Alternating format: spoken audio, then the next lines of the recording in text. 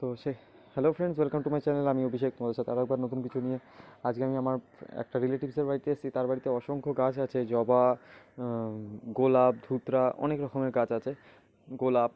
তো সেই জায়গা থেকে আমি আজকে কিছু কিছু গাছ তার রিপোর্টিং করলাম। ওই সাইডে দেখতে পাচ্ছ কিছু গাছ, এইদিকে দুটো গাছ পড়ে আছে, একটা নীল রঙের জবা, একটা অস্ট্রেলিয়ান পুনে ভ্যারাইটির জবা। তো দুটোকে আমি রিপোর্ট করলাম, গাছ দুটো খুবই খারাপ কন্ডিশন ছিল। তো ঢেকি বলে না, স্বর্গে গিয়েও ধান ভাঙে, তো আমার ঠিক সেরকম অবস্থা। এখানে এসেও আমি গাছ রিপোর্ট করছি। তো এখানে ওই দুটো গাছকে কাটিং ছাটিং করলাম, জানি এখন সঠিক সময় নয়, কিন্তু তবুও আমি বাধ্য হয়ে করলাম, কারণ গাছের খুব খারাপ কন্ডিশন হয়ে গেছিলো। তো আমি 80% শিওর, 80 থেকে 90% যে গাছগুলো সুস্থভাবে 1 মাসের মধ্যে পাতা ছেড়ে দেবে। তো এখানে আমি হঠাৎ করে আমার চোখে পড়লো একটা জবা। জবাটার সাইজ বুঝতে পারছো কিনা আমি জানি না, আমি নিচ থেকে দেখাই, আমার হাতের সাইজে এসছে।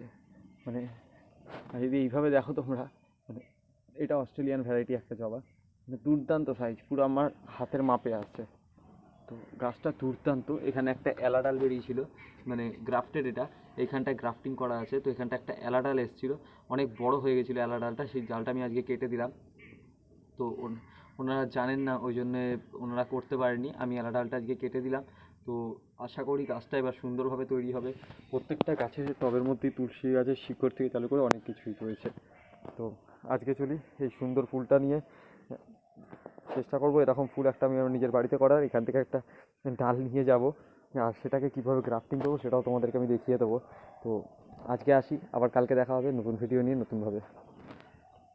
চ্যানেলটা ভালো লাগলে শেয়ার অ্যান্ড সাবস্ক্রাইব করে দিও।